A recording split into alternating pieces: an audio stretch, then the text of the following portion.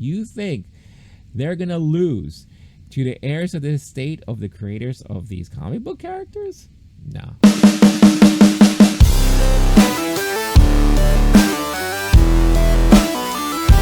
Now, the freak out that happened on Friday when this news dropped on Twitter.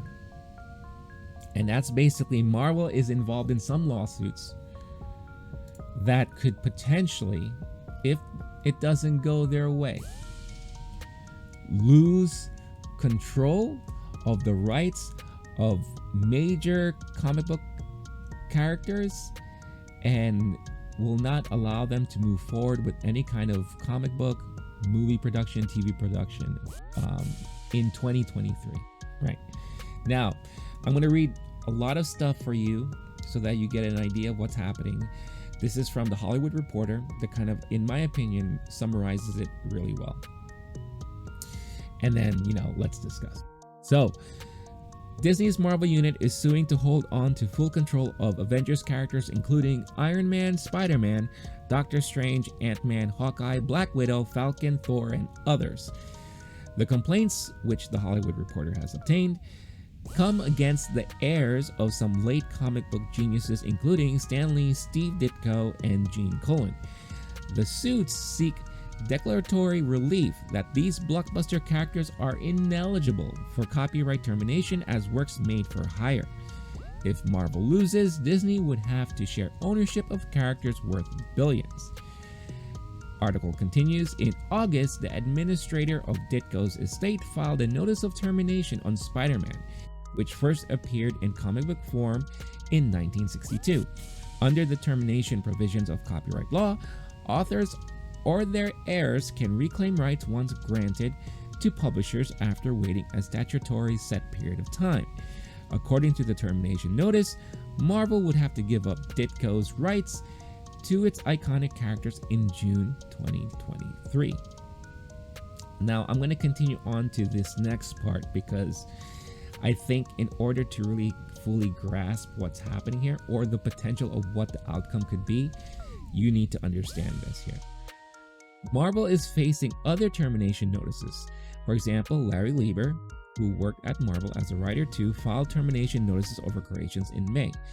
The heirs of the comic book creators, including Black Widow creator Don Rico, are being represented by Mark Toberoff, who once famously represented Superman creators Jerry Siegel and Joe Shuster in an unsuccessful termination attempt against DC. DC saved off termination by counterclaiming against Toberoff and asserting tortuous interference of its rights. The publisher was represented by Dan Petroselli at O. Melveni, who just so happens to be representing Disney now in its efforts to keep rights to various Avengers characters. All right. So, to summarize here, the heirs of these famous comic book creators are looking to get their cut. Understandably so. I believe, look, you're a comic book creator in the 60s, 70s, you create these things.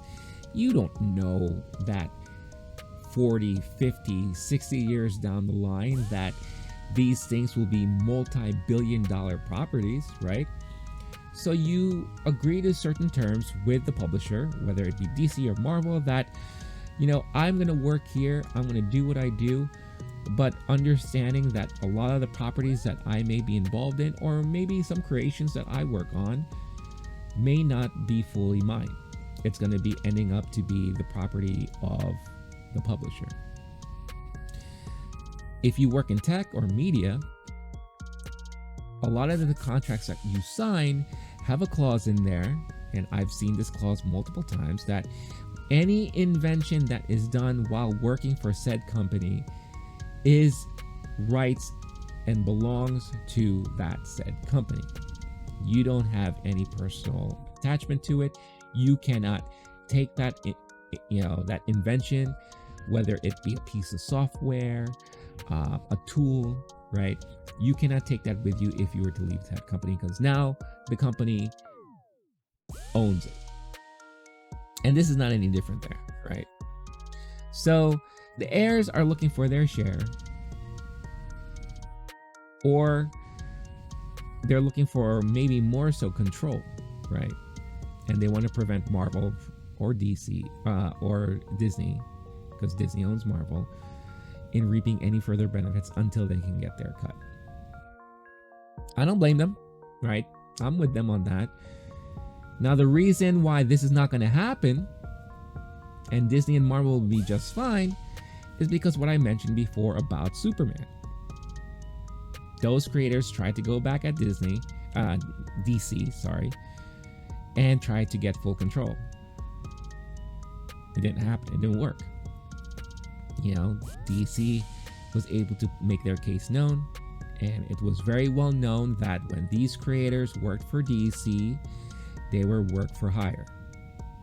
They were just working for the publisher, and any creation that was done said publisher belonged to said publisher, like I mentioned before. Now, the silver lining there is that there was a settlement between DC and these creators, or the estate of these creators. And from what I hear, things are fine. This is exactly what's going to happen here.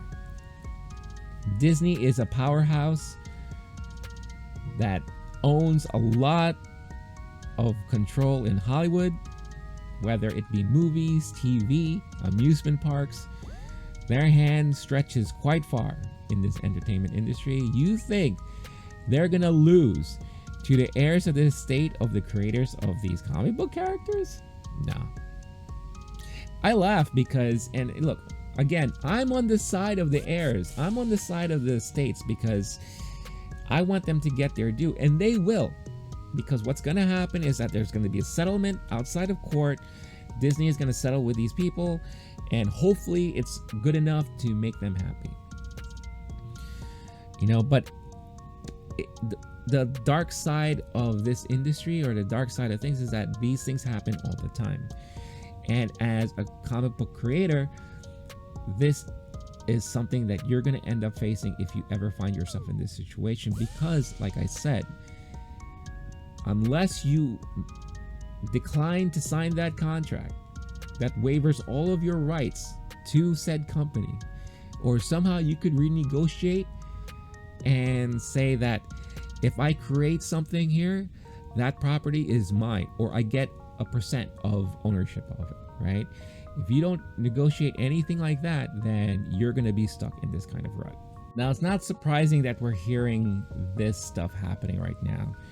If you guys remember, in August, there was a report that and I'm going to read the excerpt right here, and this is from CBR.com, because I vividly remember this, and this was making waves, and again, Twitter was going nuts with this stuff, right? But again, it sucks to read it, it sucks to hear it, but if you're looking at the business side of things, this is why you got to protect yourself and read your contracts and understand what you're going into.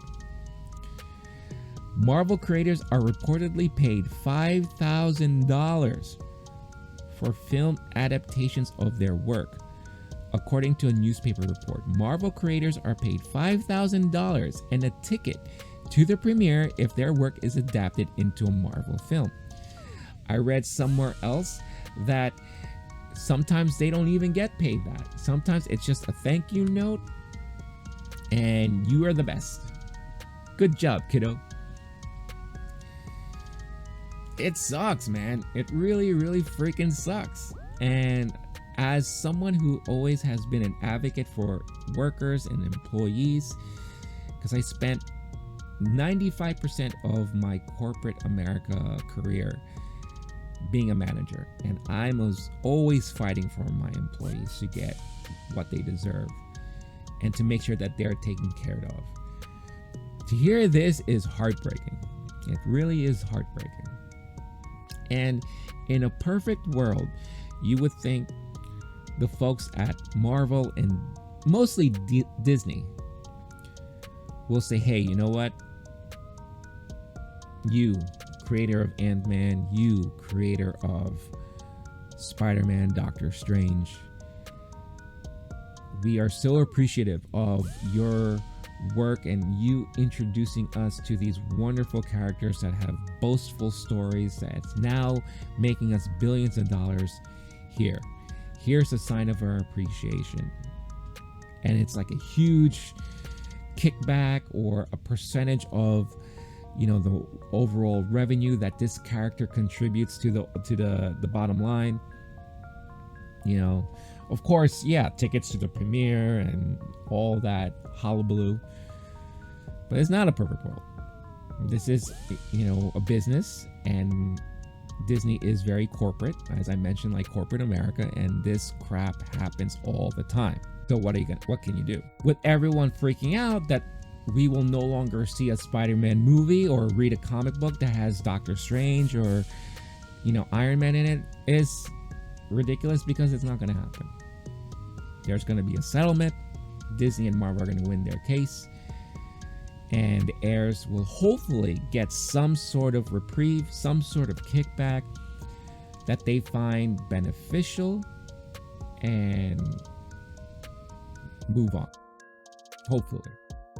We'll see what happens, but that's why it is very important to read more into all of this stuff before flipping out because of a headline, right?